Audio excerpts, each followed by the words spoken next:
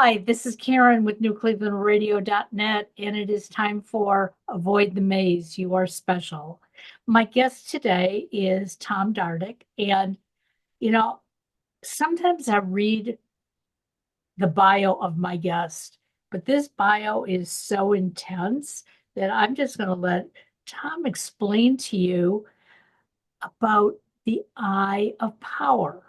And I will put this bio in the show notes. So after you've listened and you go back and read it, hopefully we'll have a better understanding. So, Tom, welcome to Avoid the Maze.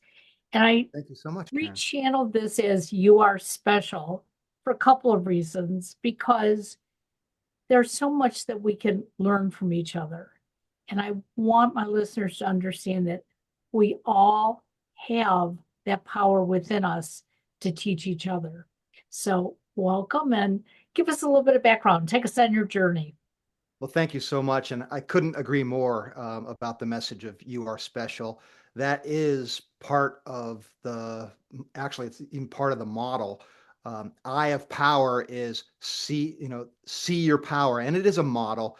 We talk about trying to understand and trying to grow and trying to find ourselves and all these things that make us human. And one of the funny things about being human is that we are beings of limited perceptive power.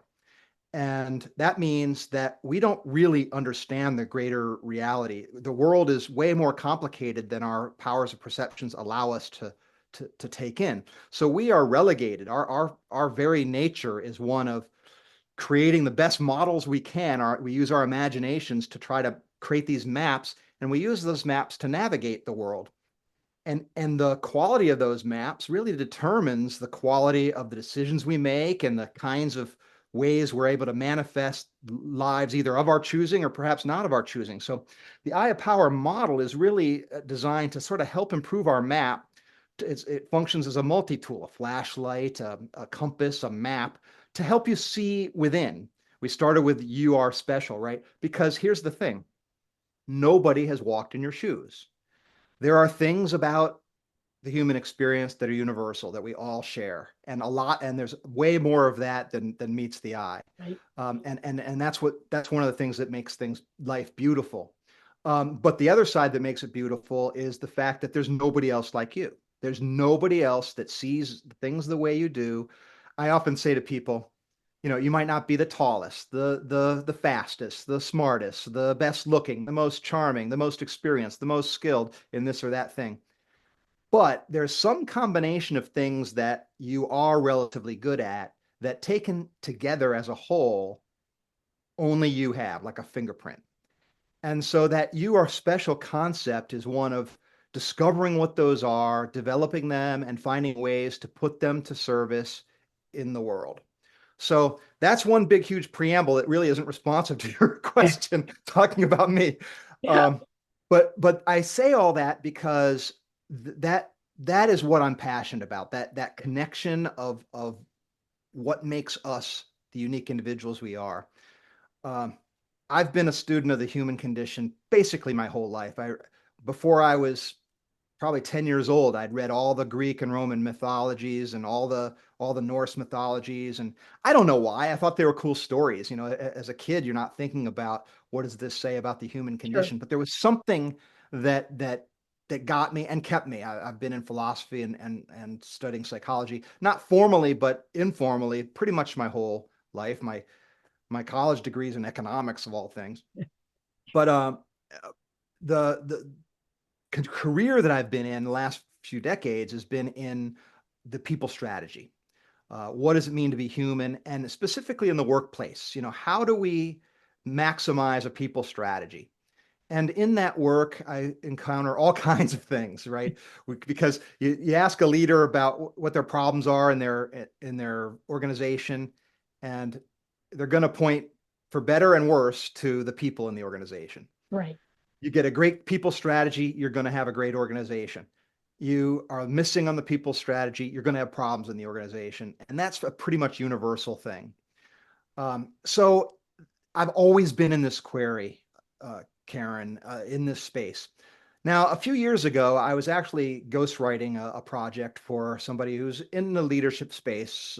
She's a leadership kind of consultant coach type of person, and she had her approach, and she had a story that was pretty crazy in terms of the drama through her life. And so I'm trying to sort all these stories out into some sort of coherent whole to tell a story that's compelling. And I noticed a pattern of four things, and it was collaborative. I mean, it wasn't just me doing it. Sure. She had her views too, and we came up with something that got me thinking along a line. So after that project was over, I took that ball and ran with it, and developed essentially the I of Power model based on the four sort of elements of what I now call the power grid.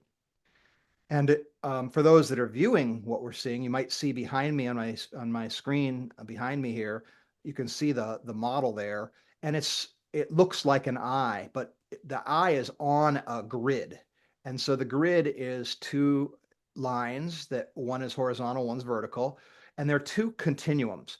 On the vertical continuum, you have the action versus attitude. So that's the things that we do versus the things we think, and what we think impacts what we do, and what we do impacts what we think.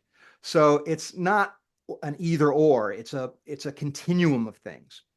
And then no matter, and that's really where our power lies. We can't control other people, but we can almost, not completely, Yeah. we can almost have a little bit of control about what we think and do. Right. Um, and just as an aside, I often ask people, have you ever made a New Year's resolution and not keep it? And of course, most people can relate to that. And the question is why? Why can't we just decide to do something and then do it? And so the answer is, if you think about it, it's because we're complicated, and what we think we know about ourselves is not the full picture. Anyway, so on the vertical axis, you have what we think and do, and then what we think and do is either directed towards ourselves, our own welfare, what we think about ourselves internally, what we want for ourselves, what we experience for ourselves, or what we want and experience for other people. So that's the self versus society. That's the horizontal. So that topology gives us four quadrants. So I was thinking about these quadrants, and I was thinking, okay, look, in each one of these, there's different dynamics that emerge, some forces that hold us in place, other things that sort of free us and get us moving. So there's four layers to the model. And so that's how the model is conceived, and then a whole lot of research, analysis, experience, use on how to describe each one of the 16 sectors that emerge from that overall concept. So, when I look at this model, it reminds me of some of the things that I share with my clients. And that is, look at, if you want to do something, you can do it, but you have to make a commitment to it. Okay. But you have to know why you want to do it. Are you doing it for yourself, or are you doing it for all these other people? Now, I know the majority of my life, I was always doing things for other people. First of all, that's how I was brought up. If you're good to your brothers, Karen, they'll be good to you when you get older. If you meet the right guy and you're good to him, he's going to be good to you. But I kept finding that things were not always as my mother told me they were. But I kept trying and trying. And I was in corporate America and I was loving what I did, but the culture was killing me. And I would come into work early every day so I didn't have to face the culture. But when the culture started coming in through the door, my day was going downhill. Mm-hmm. But I would stay late again so I could enjoy what I was doing. But I burned myself out. I burned myself out to the point of not understanding it. And I'm realizing there are so many of us in today's society that are doing this. I cannot tell you how many women I hear from on a daily basis saying, I'm not sure why I've stayed married, but I do love my husband. Well, I do love my kids. It's because they've been doing for so many other people. They haven't figured out their purpose. Once I figured out my purpose, and I realized that can keep changing, life is so much better. Mhm. Yeah. So is that what you realize as you started putting this together, that if you start seeing where you're going, that you can decide if that's really the direction or if you need to change it? Well, a lot of the words that you used in relating your experience, Karen, are definitely incorporated in the Aya Power model. It might be hard for people to see who can see the model here, but there's a quadrant there. It's called the purpose quadrant. That's our actions towards others. That's our purpose quadrant. Um, the action towards ourselves, that's the pain quadrant.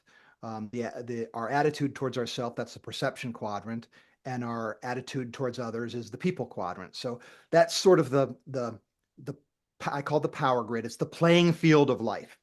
And so when you encounter some of the difficulties that you were pointing out there, whether it be in the workplace of toxic kinds of environments, or whether it be going through the motions, you're not sure why you're doing what you're doing.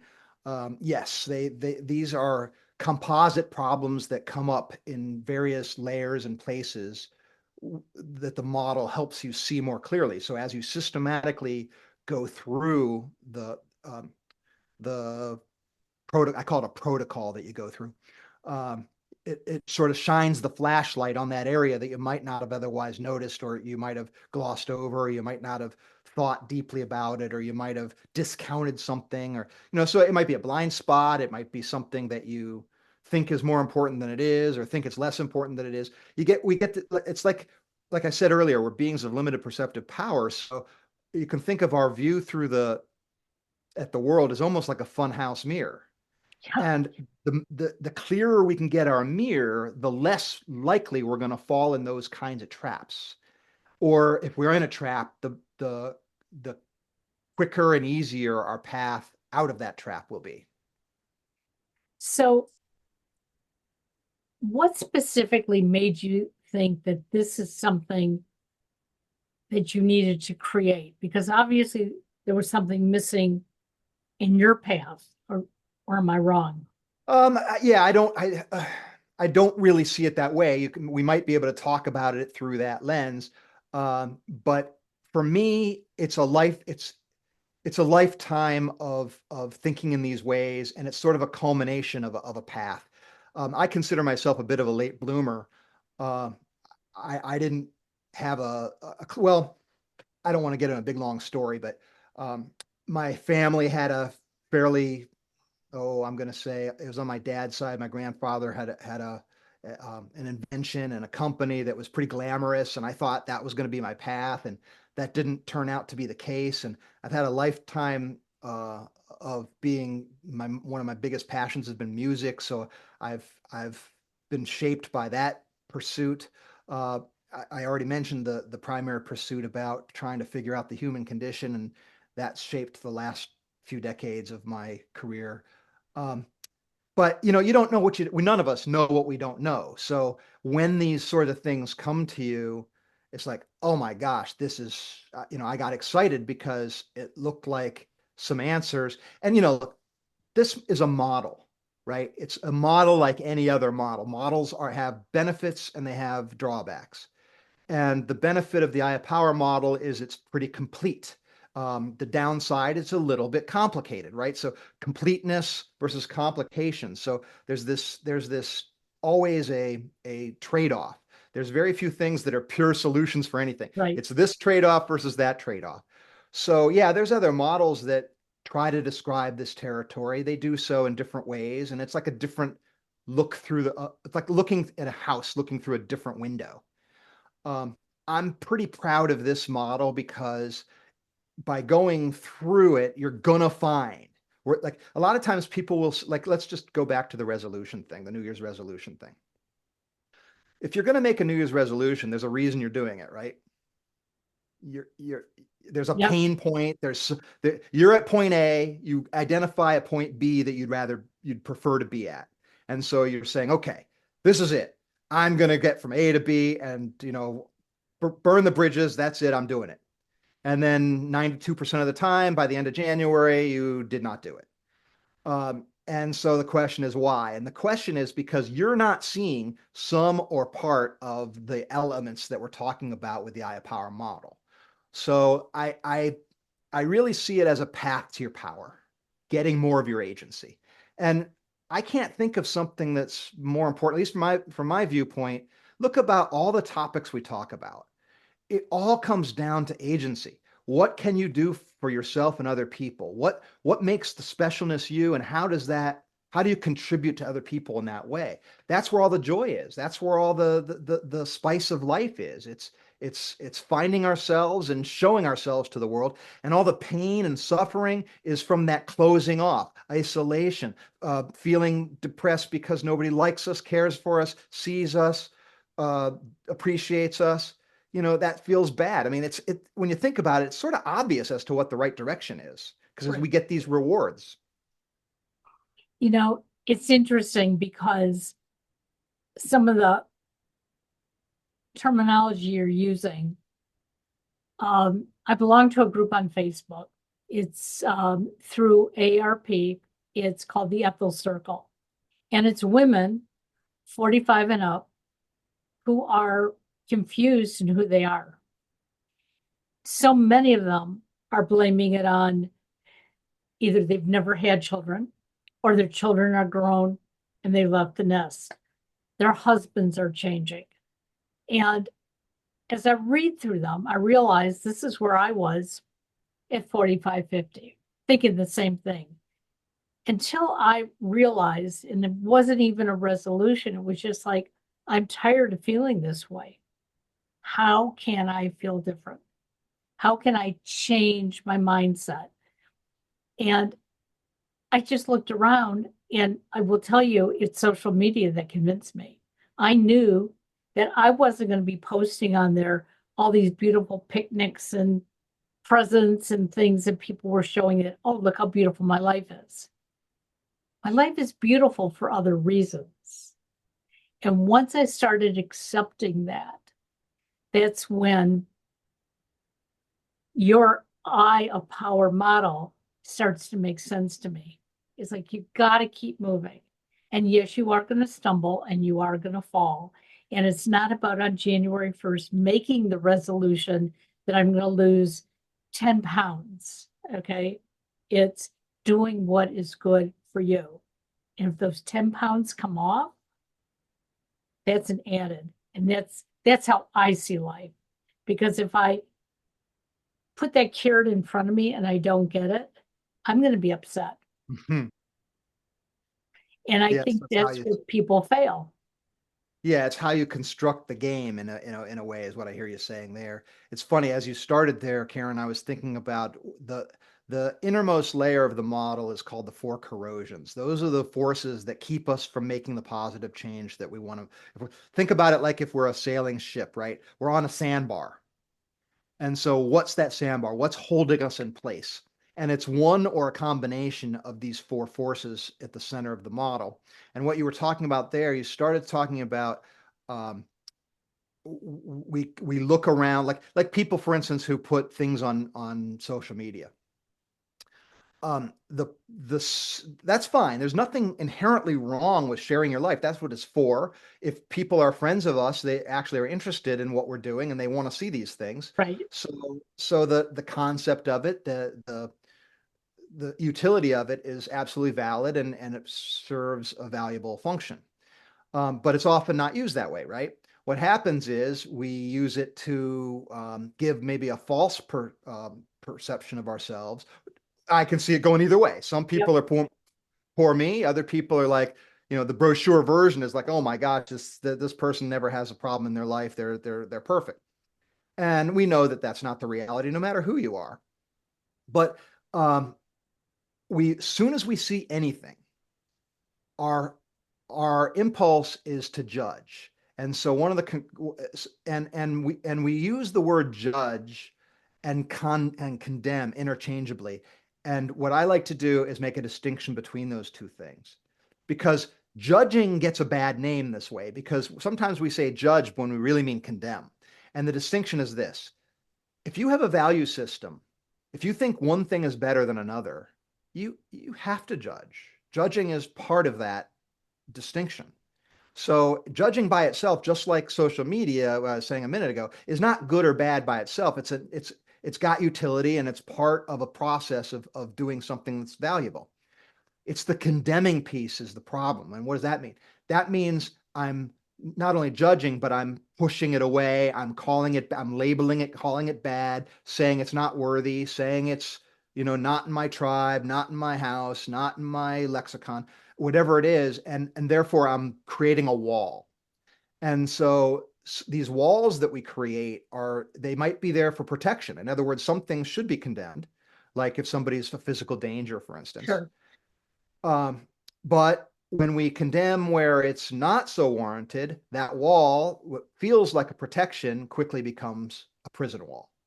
So these are the kinds of things that happen and keep us stuck. So if I came to you and I said, Tom, I'm stuck. Okay. I don't even know if I have a purpose. And I went through this about 15 years ago. When I was in corporate America, every Friday, my manager would call the team in and she'd go around the room and she'd ask, what's your favorite food? What's your favorite book? What's your favorite movie? And week after week, I didn't like the questions. It was like, I want to get back to work. Okay. I want to do what makes me feel good. This doesn't make me feel good. I don't have time to think about my favorite food or whatever. And I realized that I was being eaten up by what I thought was my purpose at the time.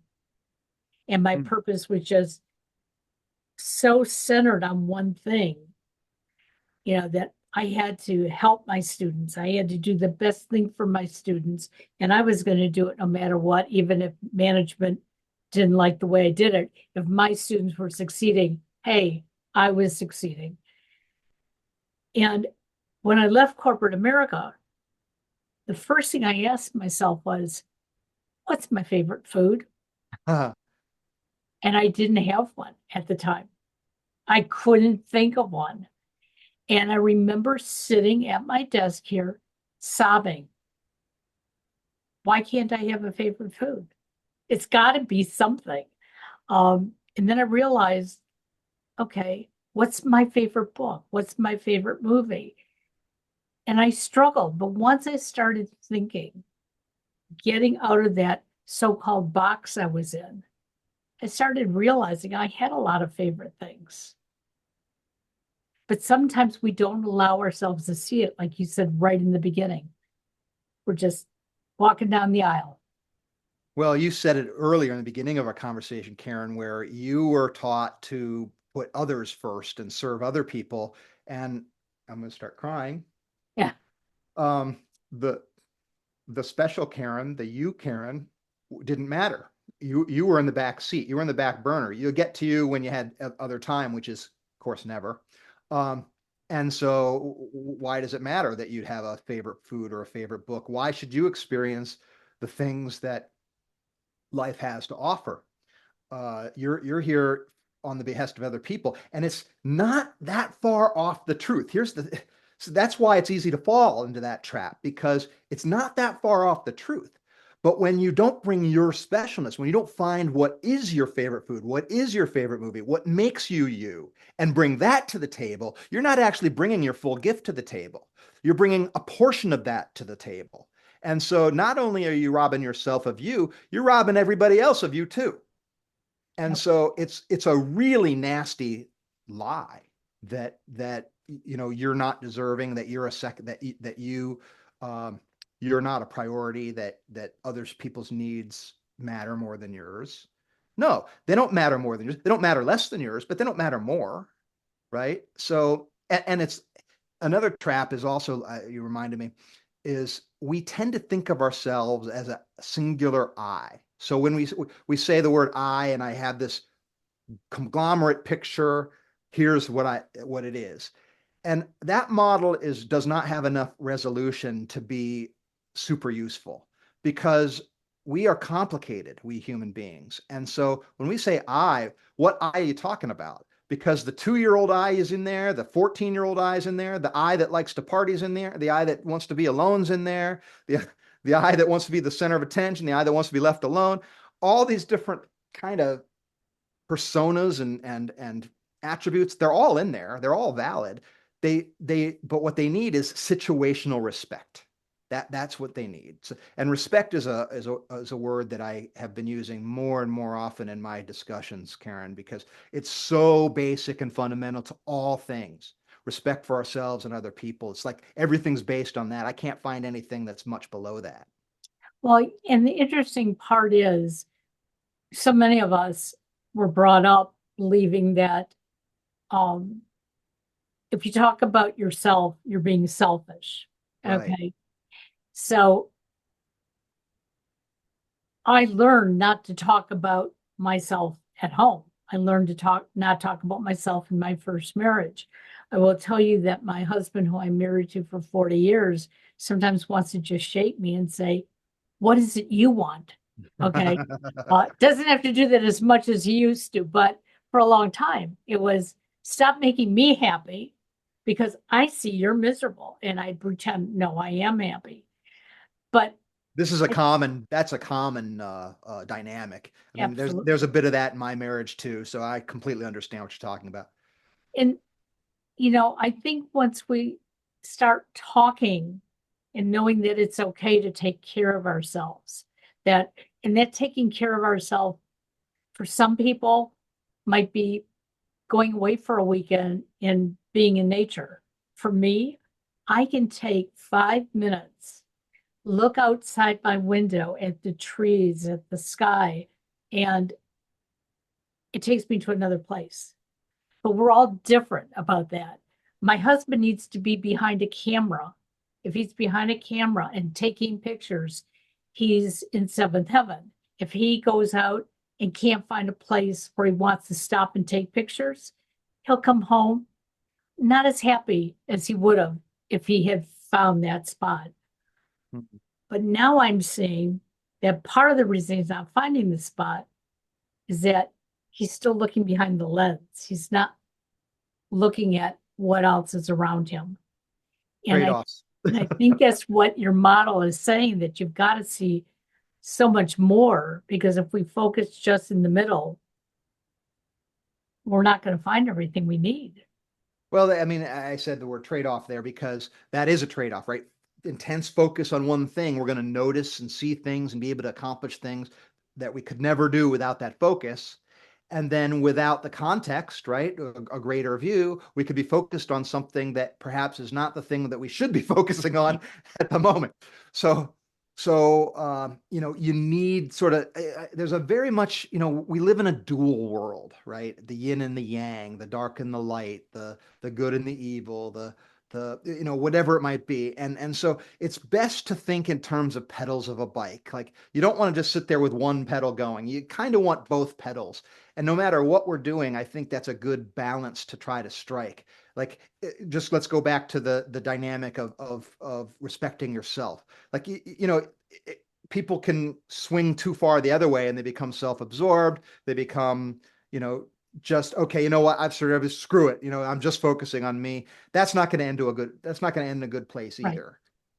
We really need to sort of lean both ways, pedal both, and it really does need to be almost even, as it turns out. There'll be a season where you lean on one side, a season when you lean on the other, but Sure. generally speaking, you want to respect both sides of the yin and yang equation in our endeavors.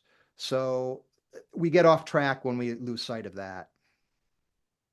So you've developed this model. So what are you personally doing with it? Some people, Sure.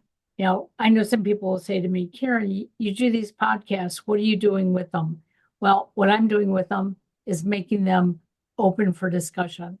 They're for people. If you find something interesting in it, hey, I'm going to lead you to that person. So tell us about your journey at this point. Sure. So as I came up with the model, I was thinking, okay, this is a great way to have a discussion with somebody and walk them through. So I had originally thought I would create a website community where people could join a membership based and help each other through this model. Um, before I answer that question, there's a question I need to answer first, which is, what good's the model, right? Because here's the problem we all have. The problem we have is that change is hard. So let's go back to the New Year's resolution, right? Why can't people do the resolution, right? I say I want to, lose that 10 pounds or quit smoking, whatever the thing might be. And then at the end of the month, the odds are very good that I've not been able to do that. Well, you didn't get that way overnight. Changing it overnight is not that easy. And here's the major problem. You know that you want to go to point B, you're at point A, you know that in your head, but we are not driven by intellect. We humans are driven by emotion. And that emotion is complicated and hidden. So it doesn't matter, it's almost true that it almost doesn't matter what we think and what we decide intellectually. It's how we feel. Now, if we can make that connection to that feel and we get that full 100% commitment, you'll make the change. It's making that circuit. But short of that, we need something. We need help. And usually that help is in the form of other people. So you need people around you. You need a coach, a mentor, a consultant, a counselor, whoever it might be. You need other people to connect to that emotion. So it's really through relationship that we actually successfully make changes. And I'm not saying there's one path, there's many paths, but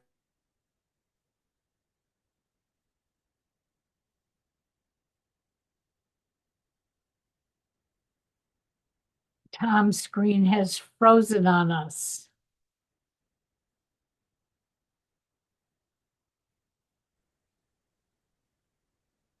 So as you may have noticed, we went into pause because one of our screens froze up on us. So Tom, I think you were talking about commitment to a resolution.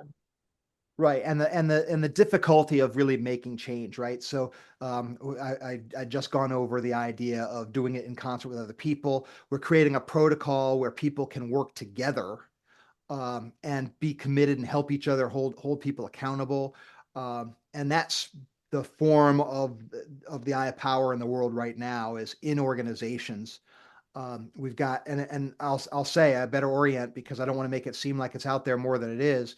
I just formed the company this year. We have 3 groups right now that are in pilot with another few coming on board soon. So it's just sort of starting to roll now. So I don't want to make it seem like it's this thing that's out there that anybody can just buy and go. It's being born this year and into next. So that's so having said that, we're in pilot where we're learning and iterating and all the rest of it. We've partnered with a company that has a product called Reteam, which is an app. So people can run through the app and make it so that something they can do as part of a workflow. Because one of the problems is everyone's got a long to-do list, right? Right. So and this goes back to where I was going to pick up on commitment. One problem we have is when we're making a resolution or anything else, we underestimate the size of the change. We say, okay, I'm gonna be healthy by the end of this year, and I'm gonna do all these things. And good, wonderful. Maybe you can, maybe you can't. But whatever you decide to do, you better make it so that it's a sustained incremental action, something you can do every single day. So in other words, it's got to be bite-sized pieces. This is what I've noticed over my time of working with people, that you're going to be successful if you can sustain small things. You're not going to be successful if you try to take big, huge leaps and sustain those. So in other words, what I always say is let's not jump to the top of Mount Everest. Let's plan on base camp 1 and get there. Yep. And once we're there, we go to the next. So that's how the protocol works, where we're going systematically around the horn. We're patient with ourselves. We're not trying to fix every single thing. We're trying to find the thing that's going to make the biggest difference now, act on that, sustain that action, see what happens, talk it through, make slight adjustments, and then move on to the next thing, and so forth and so on. So in other words, we're going to sort of use the compounding interest sort of model rather than the magic pill, like do this one thing and everything's going to be wonderful. I don't find that there's a whole lot of validity in that second Yeah. approach. It's not glamorous. It takes discipline. Here's the problem. It takes discipline, right? Yes. It's easy to just get back into the old patterns, and it's hard to stay in something new and sustain that over time, which I wish I had a better answer, but I don't know of a better path than that. So that's the best I've been able to discover so far. So, I think it's interesting because anyone who is, just say, has gone on a diet, you hear all these things about, oh, you can lose, 50 pounds in 30 days. yeah, But BS. you keep looking at the scale and the scale's not changing. And so you sort of give up because I'm not going to change. I'm not going to lose those 50 pounds in 30 days. And I know 2 years ago, I was on a medication that just blew me up like a balloon. Mm. And the doctor finally took me off the medication. Initially, I lost 5 pounds without doing anything. I was all excited. The doctor was wonderful. And he said, you can get back to where you want to be, but these are the things you need to do. And at first, it sounded overwhelming. But I started doing it, and it wasn't overwhelming. It was, I had to be active. Okay. So when I finish a podcast, I can walk around my house. I can go for a walk. I have a stationary bike. He said, do 5 minutes at a time. Don't even have to do more than that. Before you realize it, you'll have done probably an hour at the end of the day. When it comes to eating, he went and said, instead of using your dinner plate, use your salad plate. Mm-hmm. And it's unbelievable, what has happened. Now, I'm still losing very, very slowly, but it's coming off. And I didn't gain it all overnight. The medication, yes, didn't help. Right. But because I was blowing up like a balloon, I was eating and filling up that balloon as well. So Right. you are so right. It's about dedicating yourself to it, but not expecting it to happen overnight. And we're all going to do it differently because we're all unique. So, I keep hearing about all these injections and how we can all lose weight so great. And truthfully, if it was all that great, every doctor would have all of us who are overweight in their offices today giving us the injections. The We're all belief, different. yeah, a lot of people over the centuries have made a lot of money over the belief in magic, right? Yeah. So we want a magic solution. We want an easy pill. We want this method, that method. And, even if they have validity, even if they have some sort of provable case, it's still going to take discipline. It's still going to take some sort of change that you're able to sustain. Exactly. You think about it, like if any parent knows it's a pain in the butt to teach your kids just to brush their teeth, let's say. Yeah. Or make their bed, it's like if you think about it, it's a real pain in the butt to brush your teeth in the morning. Yep. Like if you've never done it, it's like a big thing. But most of us are adults, you don't even think about it, right? And it's times all the things that we can do to move in a positive direction. And there's never you're never done with things you could be doing. So we got to give ourselves a little bit of a break. Be a little graceful about it and say, look, here's my priority right now. And what I loved with what you just shared, Karen, was you're moving in the right direction. And that's really the key thing is you have to understand that being stuck on that sandbar, that quickly gets old and feels really bad because we start losing hope. We feel like we're stuck and we're never going to get free and we're relegated to a less than who we actually want to be.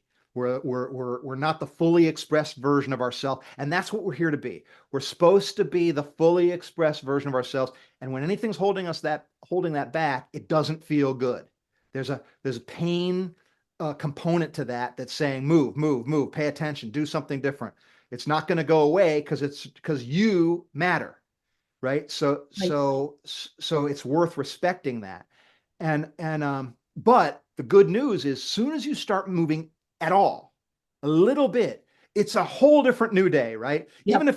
like if you have 100 to go and you only lost two, that two feels really good. And you Yes. know that I can, if I did two, I can do it again. And now I'm moving. And now before you're even at your goal, you feel like you're fine and you're moving in a healthy direction and things are good. And that seeps into all aspects of your life. And your life is 180%, 180 degrees different than it was before you even moved that little bit. Absolutely. Yeah. So how can my listeners find you, follow, and learn Sure. more information? So the Eye of Power website, eyeofpower.com. I have a Eye of Power podcast, and I do interviews like we're doing here with people. And the continuing the, and I also have some that it's just me talking, but basically the brand there is how do we connect to our agency and what are the things that stop us from connecting to our agency. And so if I'm doing an interview, I'm usually trying to get the gold nuggets from that person, like what did they find that got them to where they wanted to be, and leave maybe some breadcrumbs for those who want to follow Okay. in a similar path. And so those are two ways. Tom Dardick on social media, absolutely. I always want new friends, so that's not a problem either. So yeah, those would be the Sounds ways. wonderful. Well, thank you for joining me today. It's been My a pleasure. delight. I am going to follow you on social media, and I hope my listeners will as well. And just have a great day. Thank you, Take care Karen, so now. much. Appreciate being with you. Thank you. Bye bye now.